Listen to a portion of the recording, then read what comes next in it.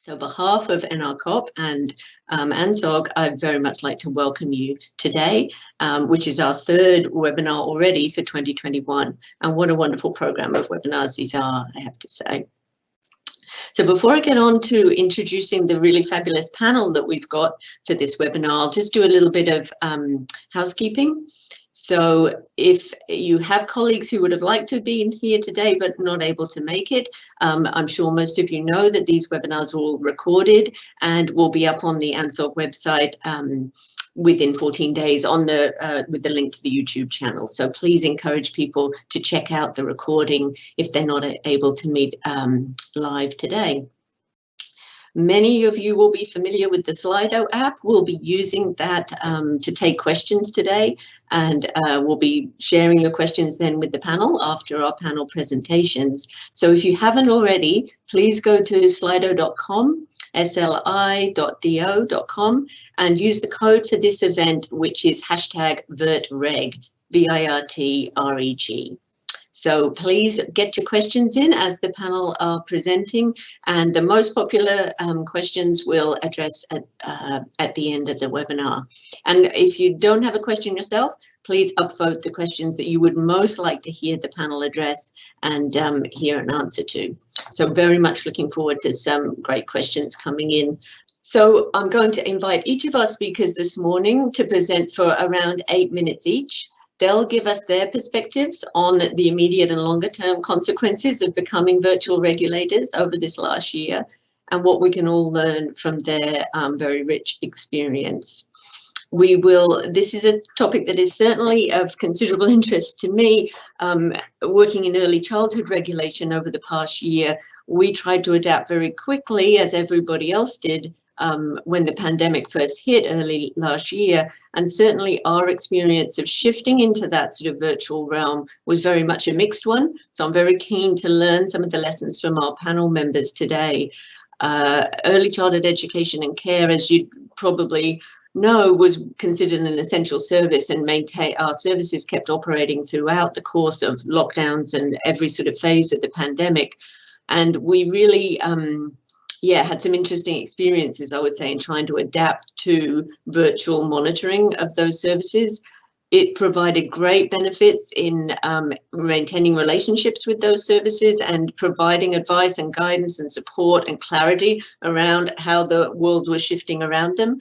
But for us in identifying non-compliance, clearly a lot less successful. So we were very much reliant on notifications, complaints, and so on, and less successful, I would say, in using virtual methods at being able to detect non-compliance. So very interested in the presentations that we're going to hear today, and keen to hear what other regulators have learned about shifting to that virtual realm. So we will have time then after the presentations. We'll have a good period of time towards the end of the webinar to address your questions to the panel. So we'll be taking those from Slido. If you particularly like to address your question to any individual panel member, let us know in the question, but otherwise I'll put it to the person that seems most appropriate, or perhaps to the panel as a whole. So looking forward to, lots of questions coming through on the Slido, but we'll start with our first presentation now, which is going to be from Samantha from the NDIS Quality and Safeguards Commission. So I'd very much like to welcome Samantha and hand over to you to hear about your experience. Thanks, Erica, and thanks everyone for having me here today. We're a very new regulator. Very new, almost only 3 years old.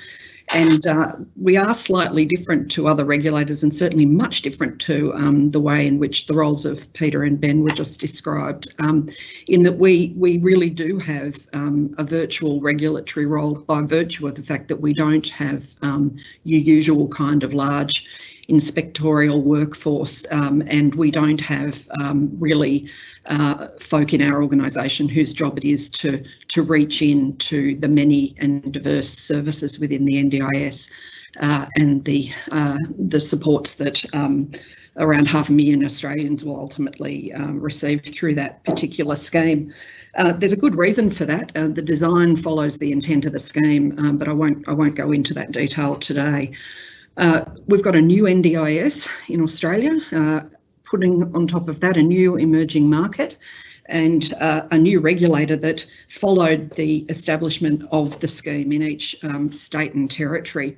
Put a pandemic into the mix of that, not 2 years into our operation, and it made for some very, very interesting times, I can tell you. The way in which we regulate is to really try and uplift practice that's been in place for quite some time in segments of the market that are probably most reliant on people who have higher support needs. There hasn't really been regulation in disability services in Australia apart from through funding arrangements, and that's obviously not regulation. So we're really struggling at the point that COVID hit with helping both providers who we regulate, workers who we regulate, and the participants, people with disability that are supported through providers that we regulate, to understand the new regulatory regime and how it would benefit them.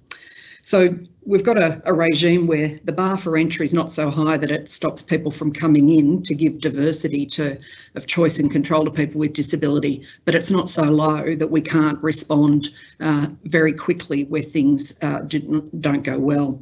So really what we use are a range of tools available to us, and Erica touched on them in the context of her space. We have a very significant complaints function. We have a significant incident oversight function, and we have a clinical function to look at the hard end of disability where behaviour supports are delivered and restrictions can be placed on people in the form of, for example, chemical restraints. So in the context of COVID, because we're new, we didn't want to suddenly adjust the way that we were approaching our regulatory role. We wanted to stress test, I guess, the toolkit available to us and work out ways in which we could get much better insights into what might be changing for people with disability and where particular risks might be present. It was a politically charged environment for us because there are a number of things going on concurrently. A Disability Royal Commission in the mix, parliamentary committees scrutinising us as a new regulator, people's desire for us to take a much more punitive approach generally to our role. At the same time, we were trying to keep the industry informed and support the industry in responding to the complexities of the public health emergency that was COVID-19.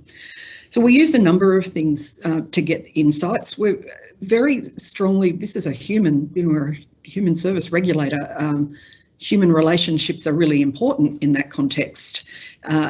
People with disability are often very vulnerable, but they have, in the main, some very strong advocacy supports, pointing out issues for us and to respond to as a regulator, but also helping people with disability to alert us to issues that are happening for them. So we really dug deep in terms of building up fast-tracking much more mature relationships with providers we knew had deep insights into the experience of people with disability. We used our powers to put in place conditions on registration that required providers to tell us certain things that wouldn't ordinarily have been part of what they were required to inform us. For example, where a participant or a worker might be infected with COVID, and we set up some triage arrangements that were really effective where high risk issues were identified. For example, there were several outbreaks in Victoria, of course, as you would expect with a community transmission issue, the scale of which they had down there, that enabled us to really wrap supports around people with disability where there was an issue of infection and make sure we could join up with the public health authorities to make sure the prerequisite kind of work health and safety and infection control measures were in place with providers. And then we followed through with doing some pressure testing of the toolkits that providers were using to prevent outbreaks. And that involved virtual inspections as well as engagement directly with people with disability who were experiencing the effects of those provider arrangements, and we have had quite a number of compliance activities and actions coming out of enforcement actions coming out of COVID. One of the other things that was really effective for us is we really honed in on our complaints function and our incident reporting function. Providers are required to report certain incidents to us and satisfy us that they're managing those incidents in an appropriate way.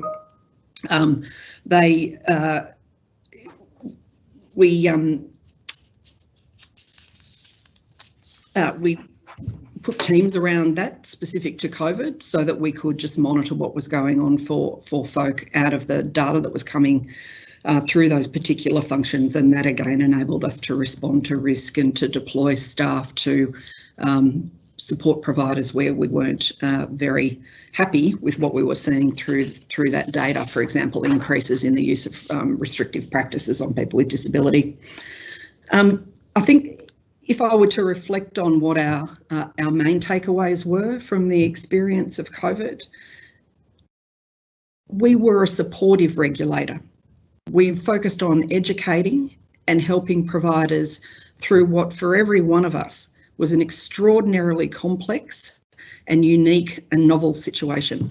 And in the context of a new regulatory environment, it was critical for us to give as much information as possible to steer providers and people with disability on what they should expect and what they should be doing, and to assist them in navigating that very complex arrangement with public health orders as well as regulatory obligations. So education was a key. The relationships that I referred to were absolutely critical because they helped us understand the issues that were facing people with disability so we could deploy our toolkit in an appropriate way. And not changing gear was also a lesson. You know, we could have been, there was a lot of pressure for us because of that environment of the Royal Commission, parliamentary committees, and a particularly horrific death of a participant in South Australia, which caused people to really question whether or not we were deploying our powers in an appropriate way, or in fact were somewhat confused about the nature of the Commissioner's powers and were expecting us to do more than in fact we had available to us. Keeping steer on what we had available made massive difference to the safety for people with disability. And if I reflect on the number of infections that were experienced, which were very small in the context of the broader population, I think that is testament to the success of the market and providers and people with disability themselves in really managing through the pandemic and keeping true to the obligations that they had to us under their conditions, licence conditions, as well as the sector code. So I might leave it there and look to people's questions to flesh out anything that people are interested in. Thank you. Thanks very much, Samantha. Really interesting for me as another human services regulator to hear that, and that emphasis on the educative and supportive role in those early days of the pandemic. That was certainly something that was really important for us too, because everybody was struggling to understand what they needed to do in this sort of unprecedented, as we keep saying, context. So thanks very much for that. I'm going to go now to Ben next and invite him to speak about his area of the TGA, which I know is going to be of great interest to everybody, what lessons they have drawn and that we can draw from their experience of having to suspend face-to-face site inspections in the course of the pandemic. So over to you, Ben, and really looking forward to your presentation. Thanks, Erica. I really appreciate the opportunity to talk to everyone today. Certainly been an interesting place to be in the TGA and health over the past year and a bit with the pandemic, and I think it's probably worth noting a good place to work, and there's a lot of people working really hard over the last 12 months on the sort of response to the pandemic. I've provided one slide. I didn't want to overdo it, and this slide I've had provided previously in some international meetings. It was a bit of a hit, I suppose, with meetings that involve inspectors and those types of people. Don't know if it will be with this group, but it's there anyway for you to just have a look at it and see how the inspection process works now and how we responded. And this was developed very early in the pandemic when we were trying to figure out how we were going to do remote or virtual inspections. I'll just give a little bit of background about how we regulate manufacturers. We regulate according to some international standards, and our general approach is to do either desktop assessments or on-site inspections, and that's what we were doing before the pandemic, to determine whether or not manufacturers are complying with good manufacturing practice.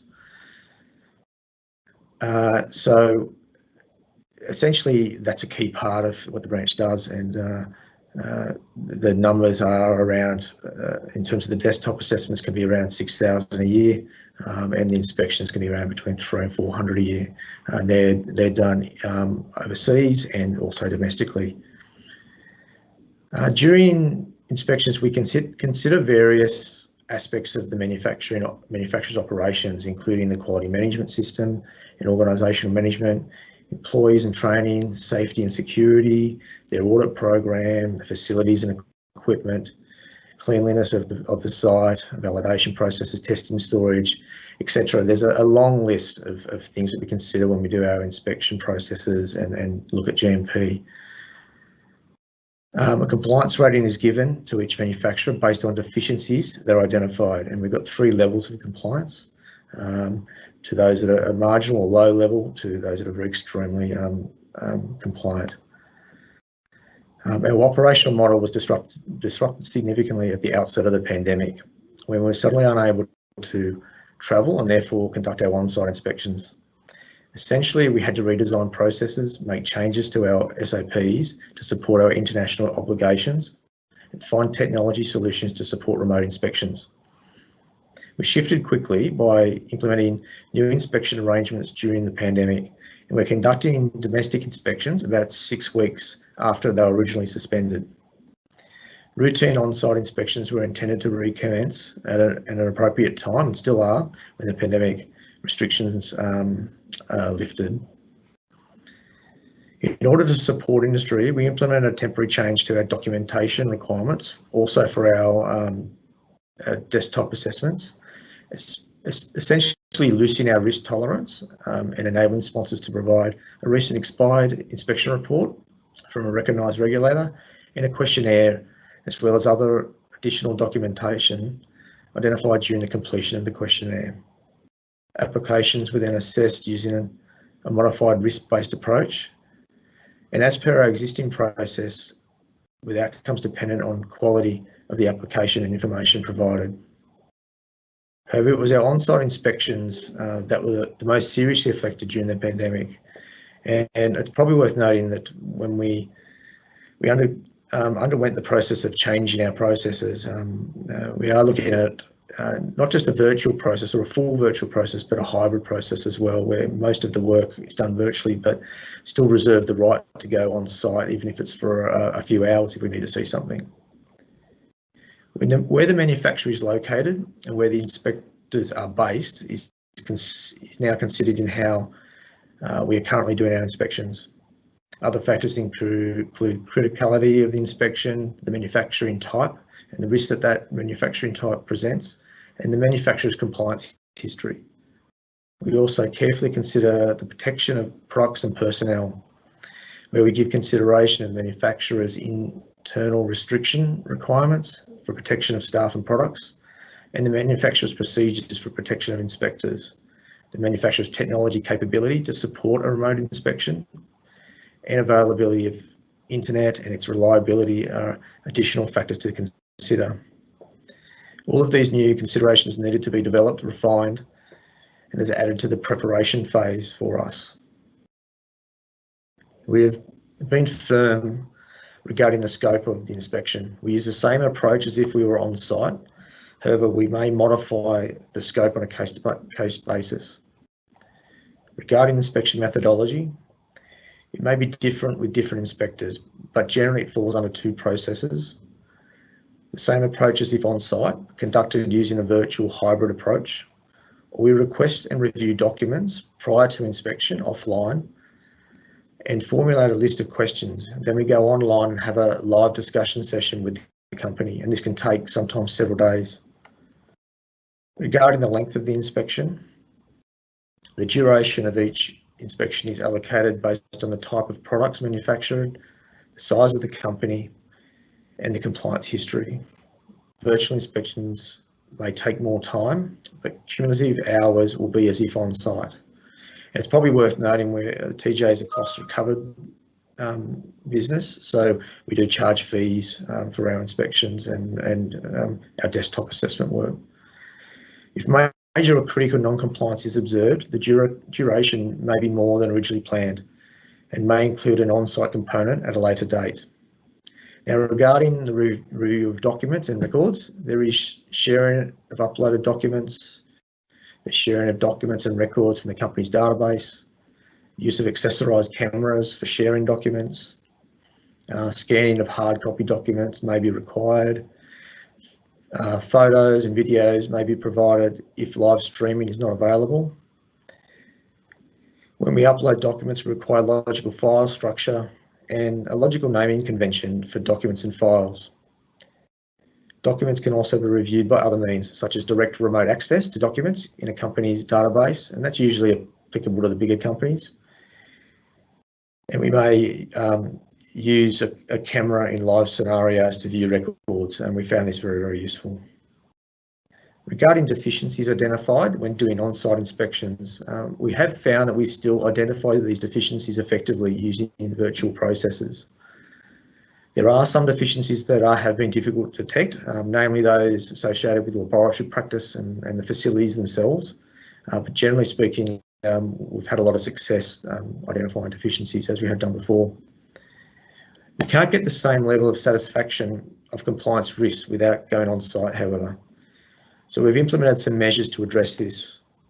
The compliance rating of the company is included in the final report that the TJ issues when closing the inspection. The compliance rating given when undertaking a virtual or hybrid inspection will not be better than the previous on-site inspection, even if the company performs better than previously. However, the compliance rating can be lower than that rated from the previous on-site inspection if the company compliance level is poorer. We have active relationships with other regulators around the world, and there is a general view that remote inspections will continue to play a part in their approach into the future. Keeping virtual regulation in our repertoire will help adapt more quickly to future pandemics and disaster events. A key benefit has been the more active interest in inspection reliance by international regulators. The TJ has always advocated strongly to utilise evidence from other equivalent regulators, but this is not always the same for others, due to the differences in our regulatory frameworks and for legal reasons. The pandemic has provided a platform for forcing these discussions.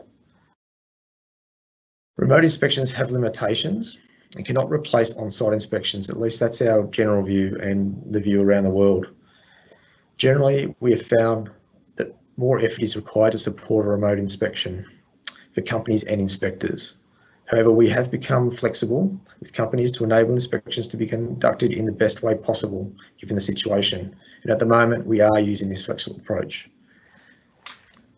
I might just leave it there. So thanks for listening.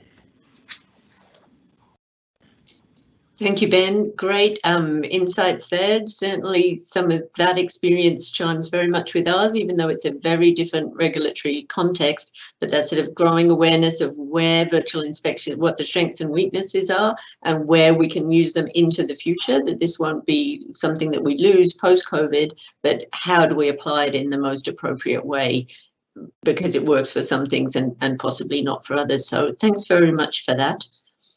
I'm going to go over now to our last, but obviously not least presenter, which is Peter Dunphy.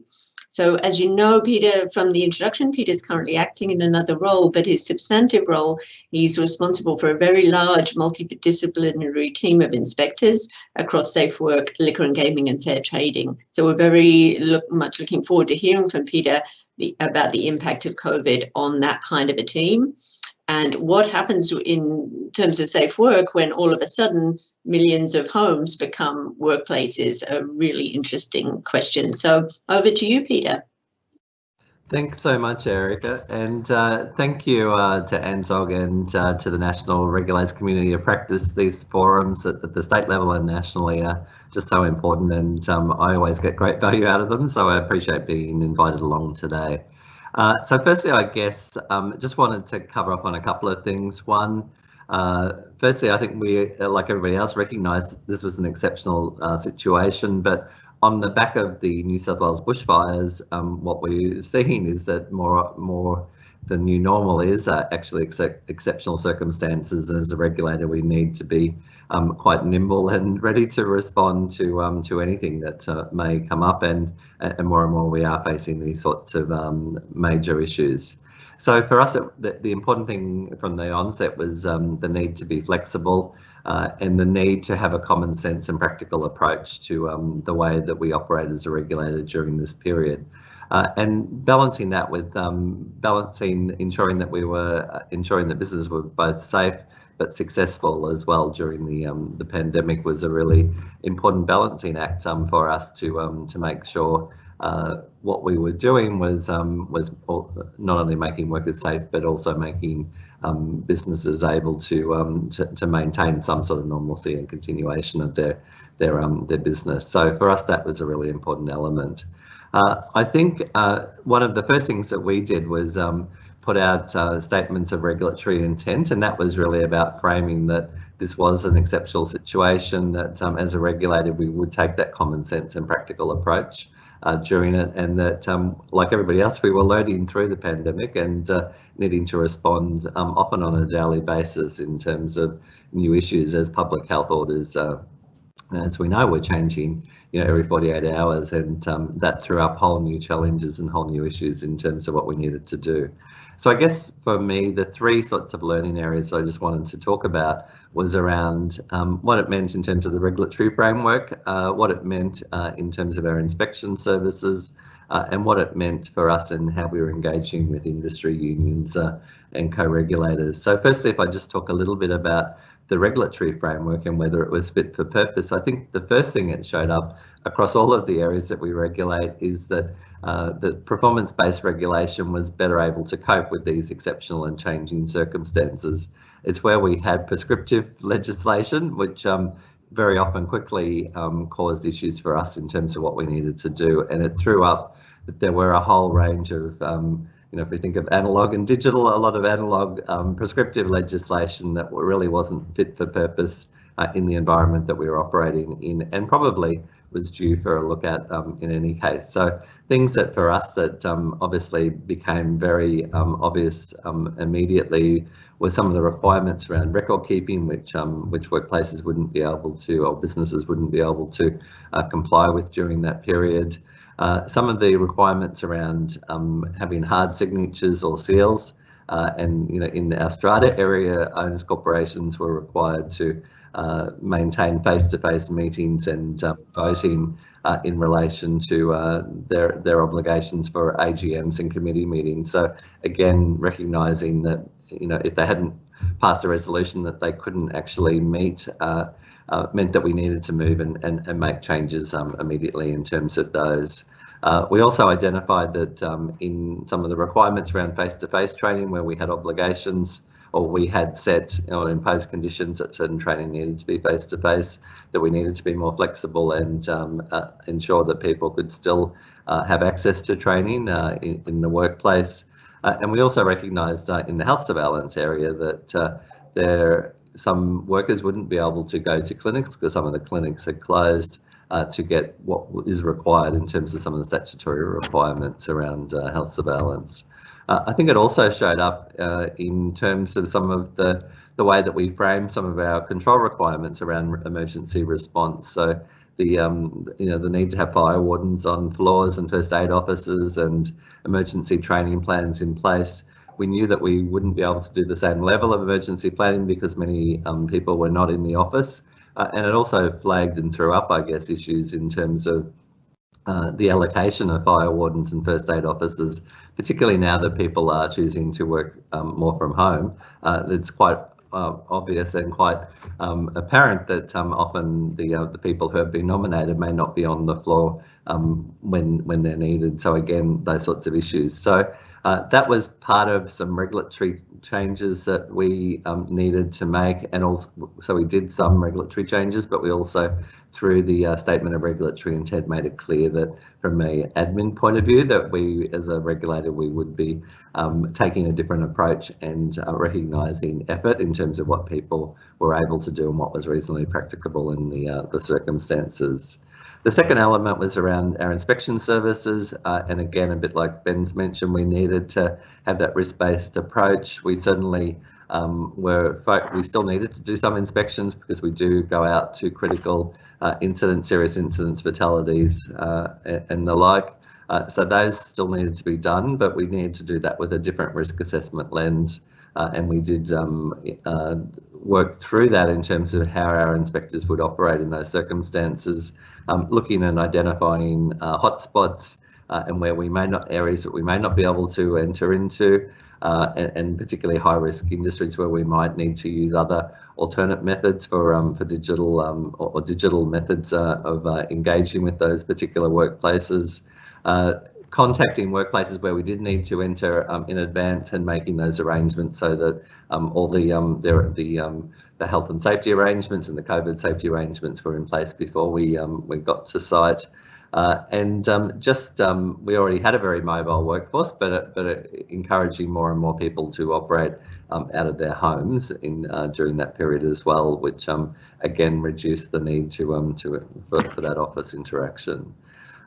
We needed obviously to focus more on the triaging processes and ensuring that we were only focusing on those very serious harms where we needed to physically have a presence and needed to enter those workplaces. So it did get us to thinking more and more about what we should be doing as a regulator, is making sure that we are using our resources wisely and focusing on the most important risks and most important harms in those areas. And we actually also had, just fortuitously before that, developed a Speak Up app, which was what we call the Speak Up Save Lives app, which was a digital app where people could make complaints but also attach photos, which was really helpful in us being able to assess and not necessarily rely on inspectors to go out and to assess the situation. So that again helped in that triaging process as well. And the other key thing was that we needed more focus on guidance, and our technical experts became more and more important. As I said, on a daily basis, things would arise. We had the crisis around the P2 face masks, which were there were a number of fake ones on the market. We had to quickly get technical advice and advise industry on what to do in terms of those. Working from home, as you mentioned, Erica, we had. Most people were working from home immediately. There wasn't time for employers to necessarily do those risk assessments, and people didn't necessarily have the ergonomic equipment at home to do that. So we had to provide very practical advice about how to set up on a kitchen bench or a dining room table, and not use the, I suppose, the traditional purist approach that we would to managing or providing advice on those risks. The violence and aggression in the retail sector was another important area. Which we also had to pick up on. Mentally healthy workers, carers, duties, all of those things were important issues as well. The final area, just very quickly, I'll wrap up, is around the industry and co-regulators. And I think one of the things that we identified was that there was a much greater need to work closely with industry because their members were continually raising new issues about the what if and how does that fit in with their regulatory obligations. But we also needed to work more closely across regulators because there are much more important issues in terms of coordination of COVID issues across multiple regulators. So I'm going to stop there because I think my time is up, but I'll hand back to you, Erica. Thank you very much, Peter. I think there was probably enough content in each of these presentations to fill an entire webinar individually. Similar challenges that we've all faced as regulators as a consequence of this pandemic, but I really like the way that across those three presentations we got some sort of different slices of what that has meant to us as regulators and some of the ways that we've needed to respond to that. I was very interested by what Peter said at the outset around the sort of modernisation that thankfully has gone on in a lot of our legislative and regulatory frameworks has actually enabled us to be able to respond more effectively in the face of a situation like this. And it's that old style prescriptive legislation that's particularly ill-equipped to deal with these kinds of crises. We certainly found some really unexpected things with our legislation in the course of adapting to the new circumstances, things like the fact that a lot of our powers of evidence gathering are linked to powers of physical entry into premises. So if you're not physically entering into premises, what happens to those powers of being able to ask questions and gain evidence? So some really interesting and unexpected questions thrown up by the shift to virtual realm and the changes that came about through the pandemic. So thanks very much to all our speakers. Those were fascinating presentations. And I know, because I've been checking Slido as we go, that they've given rise to quite a lot of questions. So this is the time where we go over to you as the audience and see if we can pick up on some of those questions and explore them in a bit more detail. And as my department has an extremely vigorous approach to firewalling virtually everything, I'm going to be checking the Slido on my phone as I'm unable to get it on my computer.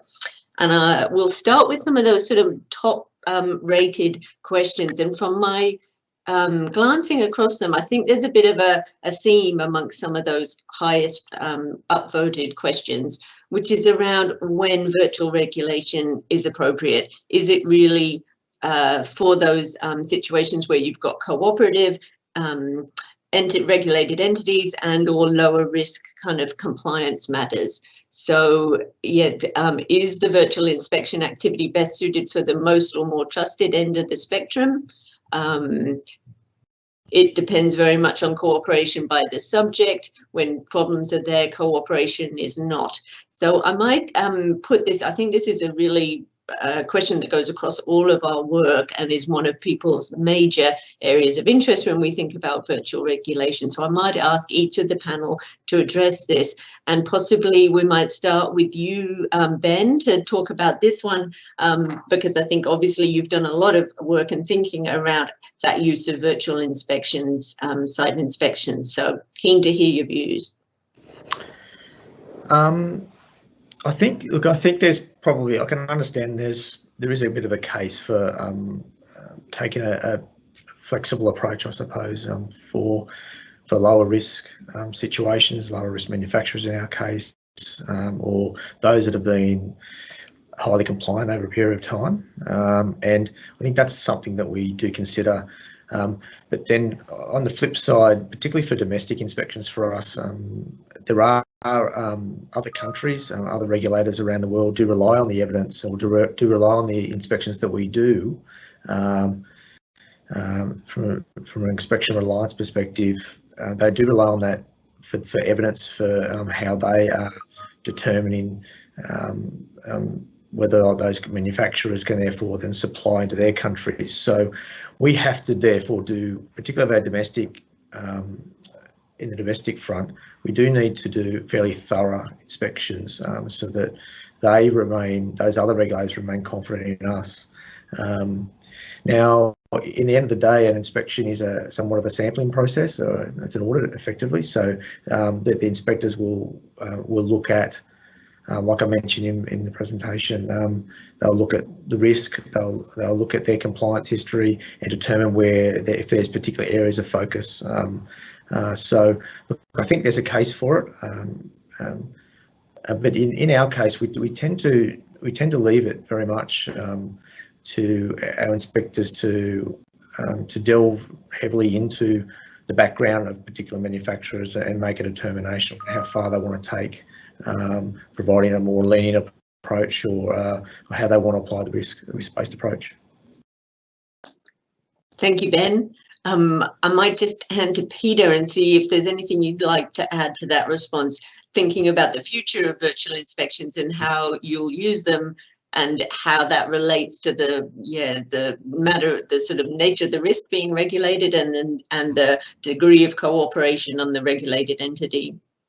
Yeah, Erica, I mean, I think there is a real opportunity for us as regulators to rethink how we do that and to ensure that we're utilising, you know, an inspector resource which is very limited and scarce and precious, to make sure that we are targeting and profiling the right harm and the right risks that need to be addressed. So I think what COVID has done, in my mind particularly, is just raised again the importance of making sure that we've got really good data informed and evidence informed inputs to make sure that we are picking the right areas. And obviously there are some areas that are better able to self-regulate it and there's good evidence, but again, you know, as a regulator, we need to make sure that we still have a strong presence and that people can see that you know, people are doing the wrong thing, that they'll be held to account. So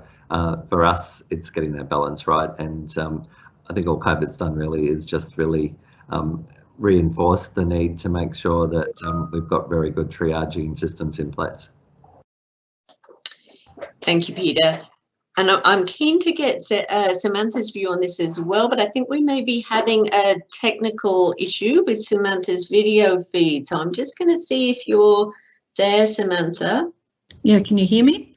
We certainly can. So even without the video, we'll go. I'd like to get your take on that question about, because you have quite a different regulatory model that's not so reliant on that sort of inspection model in the first place, to hear what your take on that is. And then I think I've probably got a follow-up question from the Slido list that's very much particularly for you, but maybe if we could hear your views on this one first, and then we'll go on to the next question.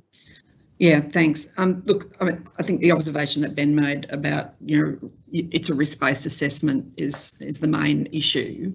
We didn't do virtual inspections where there were really serious matters of risk of harm to people with disability. We continued to do low-level numbers of site inspections, but for really critical matters.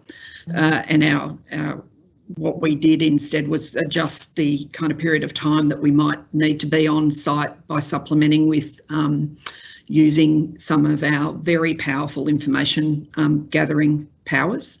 So, which we, unlike your reference, Erica, we have very significant powers to require providers to give information that's not only documentation, but and to reach out to people who have insights into those services. So that's what we did. We used the virtual inspection in the context of undertaking third-party audits of providers to determine so we could continue to determine whether we were going to register providers or not. But in terms of regulatory response, it was very much a mix. But really road testing some of those powers in the extreme. We actually wound up having compliance activity with over 3,000 providers during the course of the pandemic, and took some of our first, road tested some of our first enforcement, some of the enforcement powers that we hadn't tested prior, actually, to great success. That's good to hear, and I think that was reflected in our experience too, that we were still able to target and address some of those very high-end compliance matters, even in that changed environment. There's another question here that I think is particularly for you, Samantha, that I'd like to get your take on, which is how can regulators get better intelligence value at a systemic level from the volume of individual complaints they receive? And I know you spoke in your presentation earlier about complaints being an important source of intelligence for you. So yeah, I'd be interested in your thoughts, particularly on that one. Yeah, so the complaints function for us is a key piece of intelligence. So anyone can complain to us about anything to do with things within our jurisdiction. And what that means is we can, I guess, across the spectrum of a very, very diverse market, determine through trends in complaints where we need to respond. And in fact, some of the large national compliance strategies we've deployed have been because we've observed issues affecting people through the complaints function.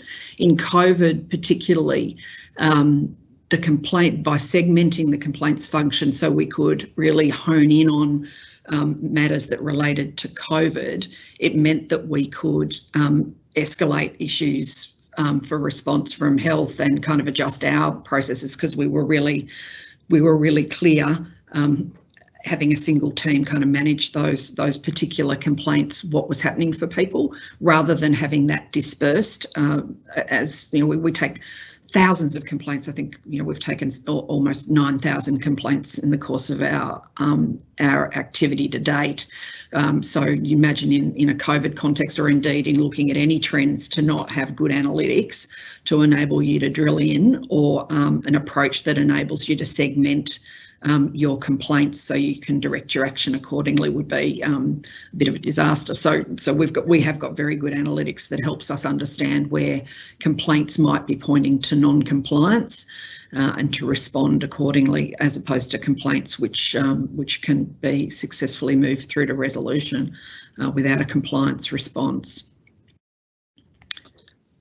Thank you for that. And I think in some ways that connects a little bit with one of the other questions that we have here that I'd probably like to put to the panel as a whole is about intelligence in this sort of context. And one of the questions we're asked here is, have you been able to make use of third parties, representative bodies, unions, advocacy groups, other regulators, to be extra eyes and ears, possibly in ways that you wouldn't have in normal circumstances?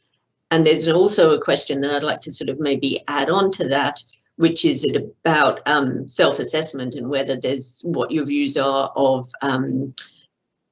self-assessment as a way of virtual assessment. So some of those shifts that you may have made in how you gain information about the conduct of our regulated entities. So I think that's probably a question, a sort of broad question for the whole panel. So Peter, I might start with you and say, is there any room for self-assessment in your regulatory model, and to what extent do you use the eyes of other parties to gain intelligence about what's going on?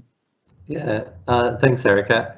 Certainly, I mean, there is a self-assessment element, and I think those, and we see that, I guess, in those that actually do report to us and provide information. It's the ones that don't do any self-assessment that we are the ones that we're probably more interested in, because they're obviously not even aware of their obligations to start with. So I think that's sometimes an indicator that people are trying to comply and do the right thing. The other element of that, I think, is, yeah, we certainly looking at third parties. I mentioned certainly the both industry associations were really important to us in getting messages out, but also the unions, and there are authorised officers under the work health and safety legislation. There's health and safety reps in the workplace too. They're all were very helpful and useful sources of information and assistance in terms of trying to establish situations at particular workplaces where we may not have been able to visit. So I think all of those, you know, utilising all of those avenues are really important. The other one was the co-regulators, and we were very, it was a very useful process of bringing together. We had a regulators working group, which included the police, local government, food authority, Safe Work, Fair Trading and liquor and gaming, and using that combined approach with all of the regulators was a very helpful way of identifying priorities and coordinating, so we weren't falling over each other, because we did get reports of local councils turning up to workplaces or to premises, and then Safe Work inspectors as well. That really helped in minimising unnecessary duplication. And the other area, I guess, is reaching out across our counterparts in the other jurisdictions through the heads of workplace safety authorities. We also kept in contact regularly with my counterparts in other jurisdictions to share our experiences and to learn from each other. Great, thank you, Peter. And I think that's been a really interesting point of the COVID-19 experience as a whole for all of us within government, is how much cooperation and collaboration it's given rise to in very short time periods. That's, I think, a really healthy development that none of us would want to lose sort of in the post-COVID era. Ben, what would you add to that around self-assessment and eyes and ears from other sort of third parties as a source of intelligence?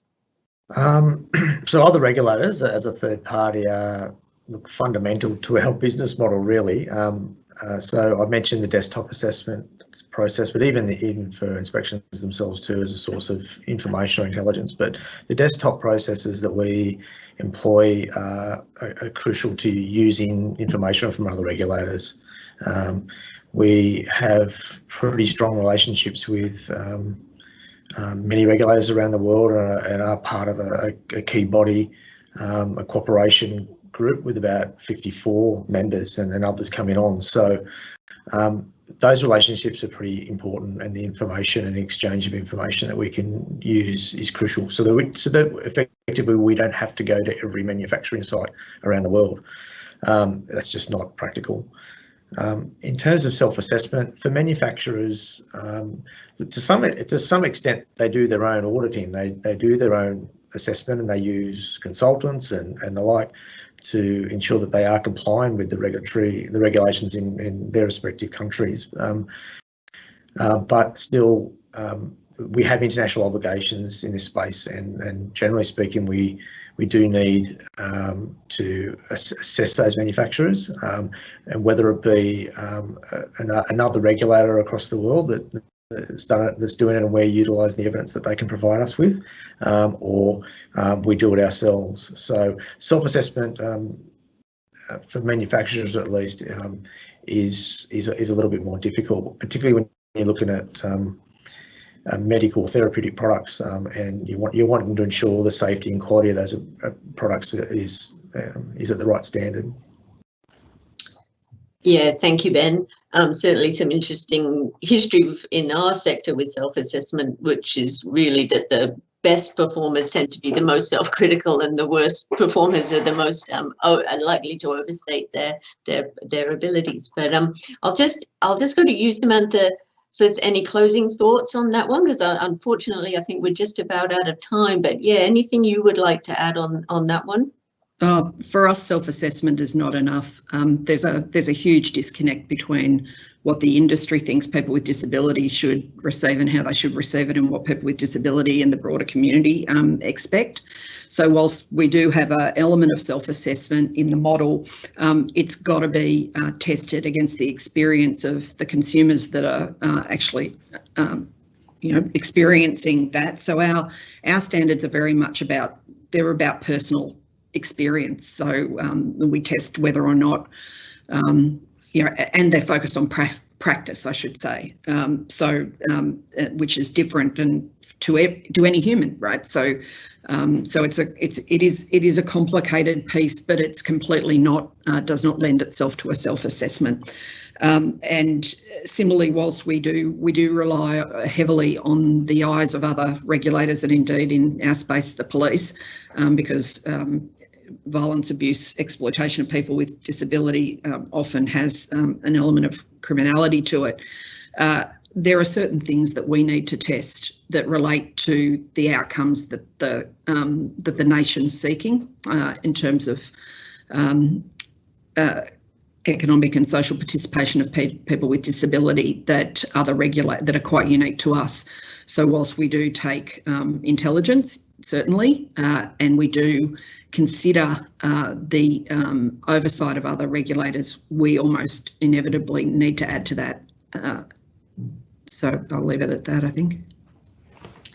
Thank you, Sam. And I'm sorry that we appear to be out of time, because we've got a lot of great questions there on the Slido that I wish we had some more time for. But it's been a great discussion. I want to sincerely thank the three presenters that we've had today, who I think have, yeah, really, as I said, addressed some different aspects of these really knotty issues we've been grappling with over the last year. And I think what it's shown us is that COVID regulation is good. It's about good regulatory practice, whether we're in COVID or not. So thanks very much to all the presenters and to everybody who sent in questions on the Slido. Thanks very much to Monica and the team at ANZOG for organising this webinar.